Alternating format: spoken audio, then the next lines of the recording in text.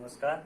अब हम आपको कक्षा 8 की जो हिंदी पाठ्य पुस्तक है वसंत, उसमें पाठ 6 भगवान के डाकिए, ये वाला पाठ पढ़ाते हैं।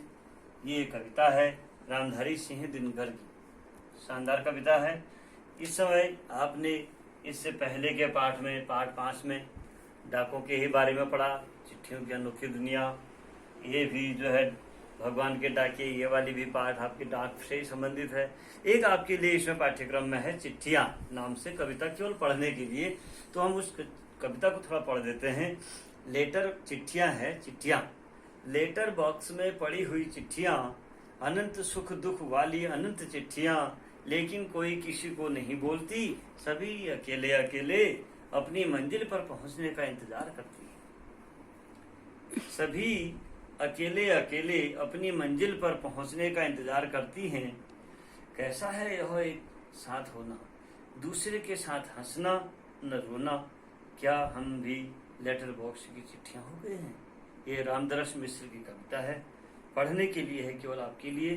मैं आपको इसको जरा से एक झलक दिखा देता हूँ। अब हमने अध्ययन करना है भगवान के डाकिए, जो आपके पाठ्यक्रम में है। पक्षी और बादल ये भगवान के डाकिए हैं। इस पाठ का हमने अध्ययन करना है, जिसके रचयिता रामधारी सिंह दिनकर हैं।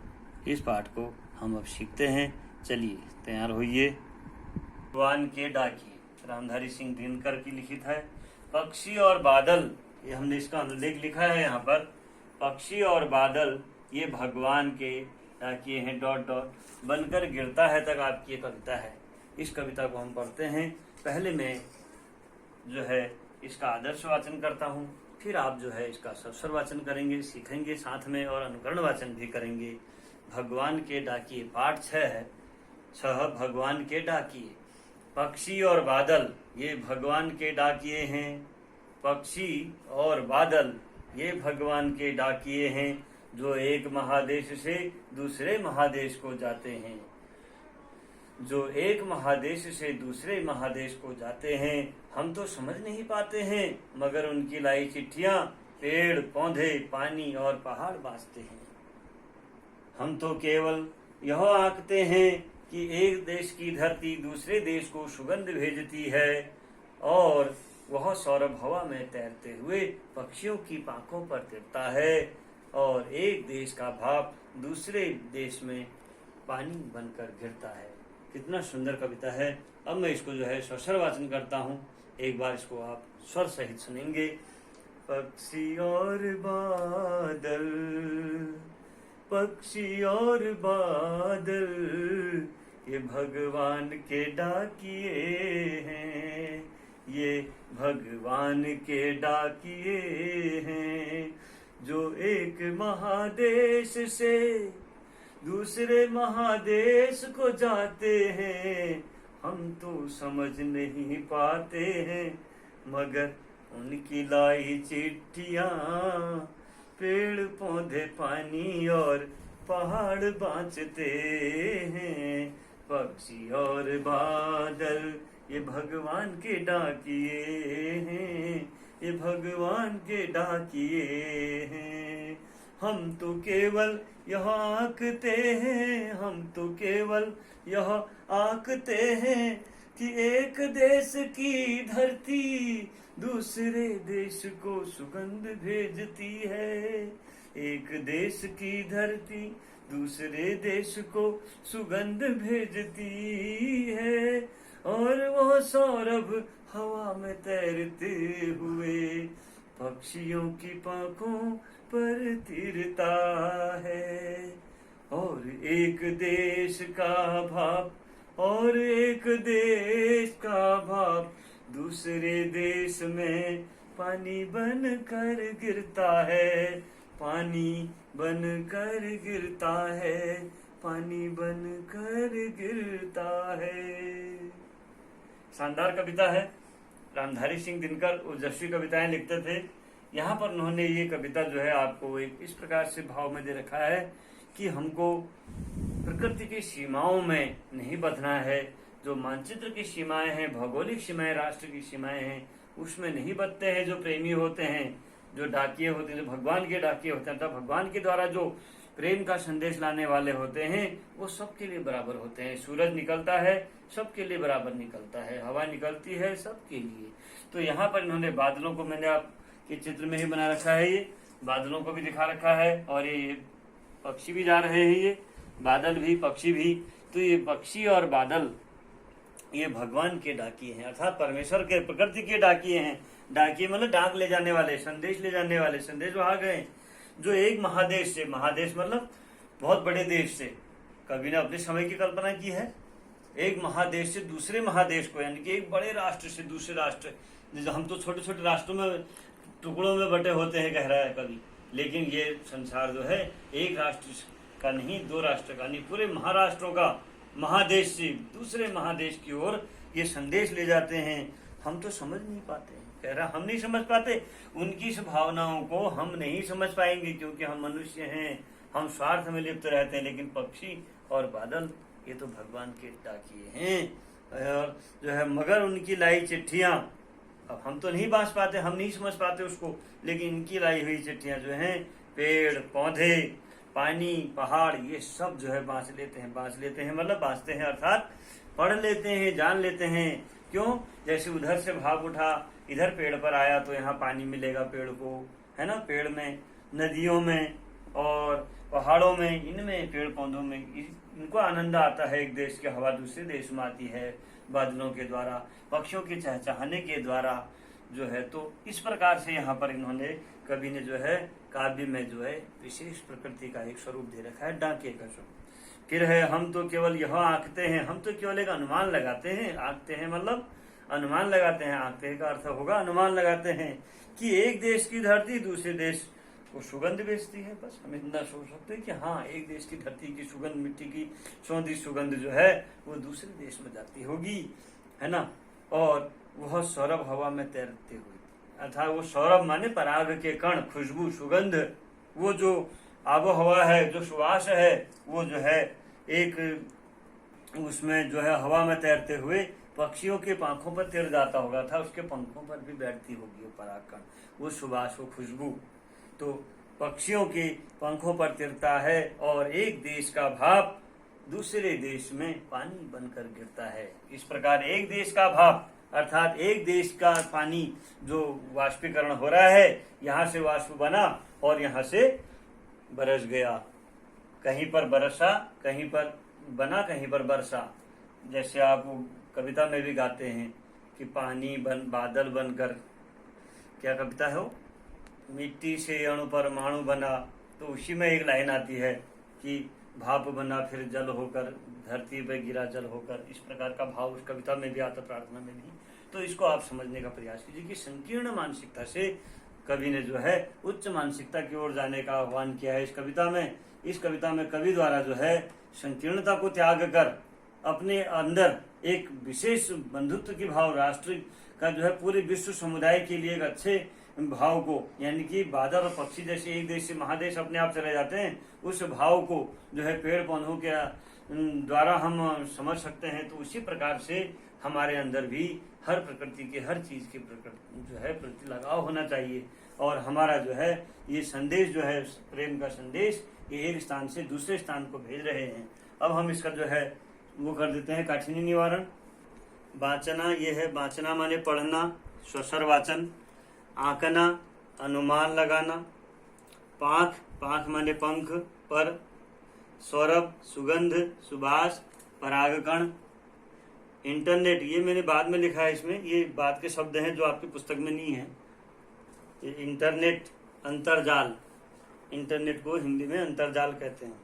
तिरता अर्थात तैरता है, दिखाई देता है, महसूस होता है। भाप, भाप माने वाष्प।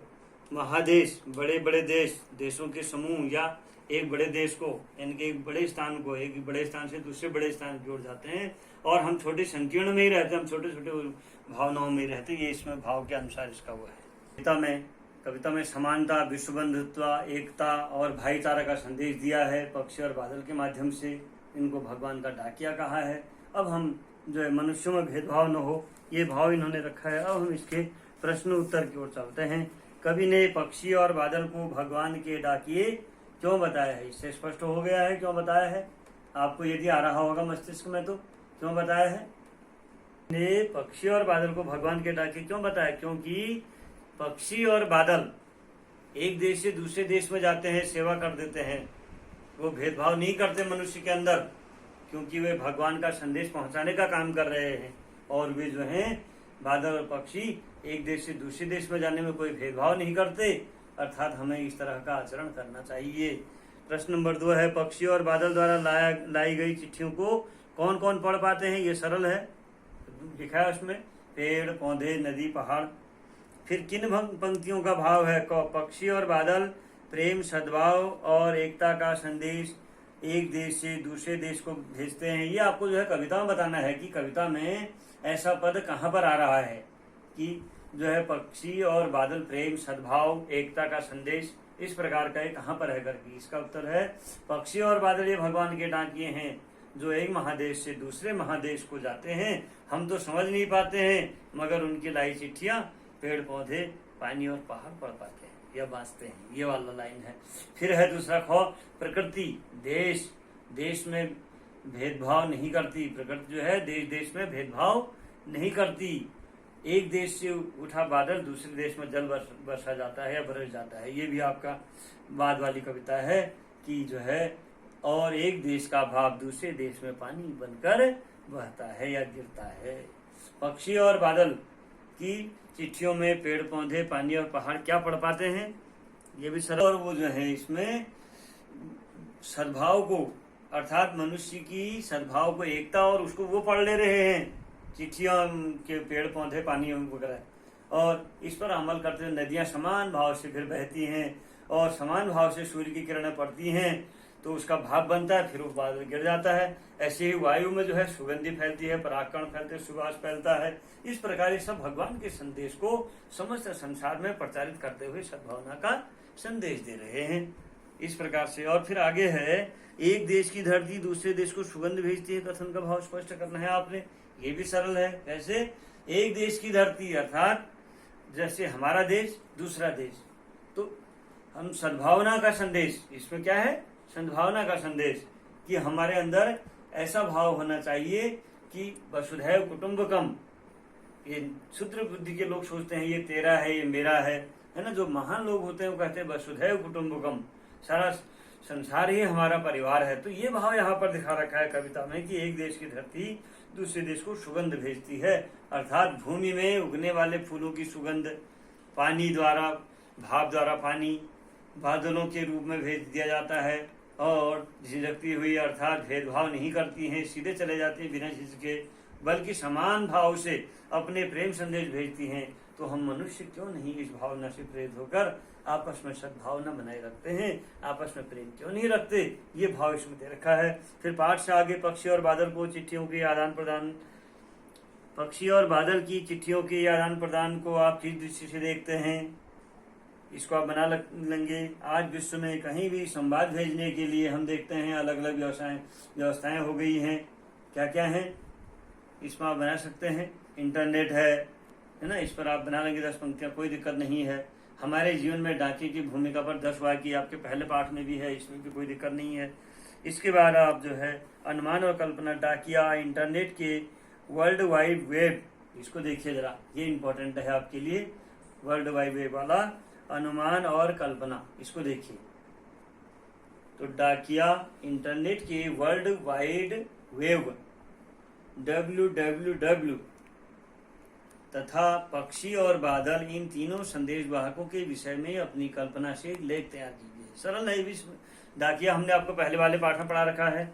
इंटरनेट, आज आप जानते हैं इंटरनेट के बारे में, अंतर्जाल, जिसमें हम एक क्लिक पर जो है पूरे विश्व की खबरों को ले सकते हैं, हर प्रकार की जानकारियों को प्राप्त कर सकते हैं। और वर्ल्ड वाइड वेब, उसमें पहले पुष्टि करने का, डालने का जो है एक कोड है www। और पक्षी और बादल ये प्राकृतिक है। इस प्रकार से आप बना सकते हैं, बढ़िया सा, इसमें कोई कठिन नहीं है। अब हम आपको जो है रामधारी सिंह दिनकर का जो छोटा सा परिचय आपको दिखा देते। रामधारी सिंह दिनकर 23 सितंबर 1908 24 अप्रैल को और 1974 उनकी मृत्यु का, हिंदी के एक प्रमुख लेखक, कवि व निबंधकार थे। वे आधुनिक युग के श्रेष्ठ वीर रस के कवि के रूप में स्थापित हैं, जिन्होंने ये कहा कि हमें धरती किसी का नहीं लेते हम बेकार में। जन्म ये दिखा रखा है यहाँ, मृत्यु मैंने आपको भी बताया उत्तर प्रदेश में 65 वर्ष की आयु में, उम्र 65 है। मद्रास तमिलनाडु भारत में हुई इनकी मृत्यु। व्यवसाय कवि लेखक, अवधि काल आधुनिक काल के कवि हैं। विधा गद्य और पद्य दोनों में।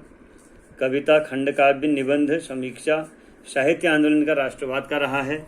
इस प्रकार से हम इसको जो है समझ सकते हैं, सीख सकते हैं, देखना भी चाहिए हमें इन चीज़ों को। मेरा उद्देश्य भी यही है। इन पर एक डाक टिकट भी जारी हुआ था, इसको भी आप देखिए। अंत में इनके यहाँ पर हस्ताक्षर भी हैं, तो आप इसको देखिए, सीखिए और आप अपना जीवन सफल बनाइए। वास्तव में मेरा उद्देश्य ये होता है कि आप सरलता से, सहजता से, शुद्ध रूप से किसी बात को सीख लें, समझ लें। मेरा ये इतना सब दिखाने का उद्देश्य यही है। जितना भी है सीमित संसाधनों से मैं आपको दिखाने का प्रयास कर रहा हूँ।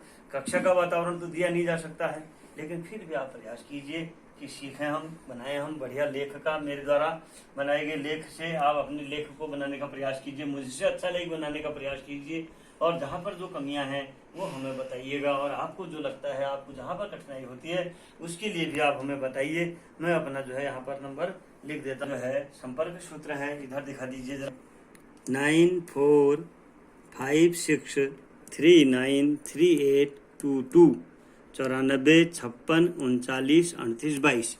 इस नंबर को यदि आप केवल इंटरनेट में डाल दें, गूगल में सर्च करें, यूट्यूब में सर्च करें, फेसबुक में कहीं भी सर्च करें तो मेरा आ जाएगा।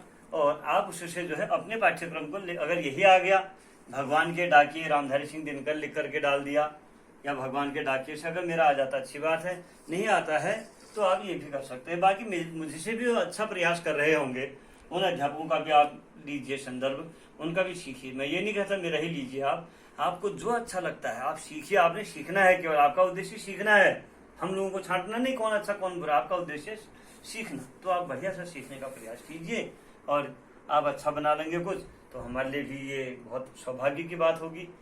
तो आज का हम अपना ये कार्यक्रम यहीं पर समाप्त करते हैं। आप सभी सुखी रहें, निरोग रहें, स्वस्थ रहें, कुशल रहें। नमस्कार।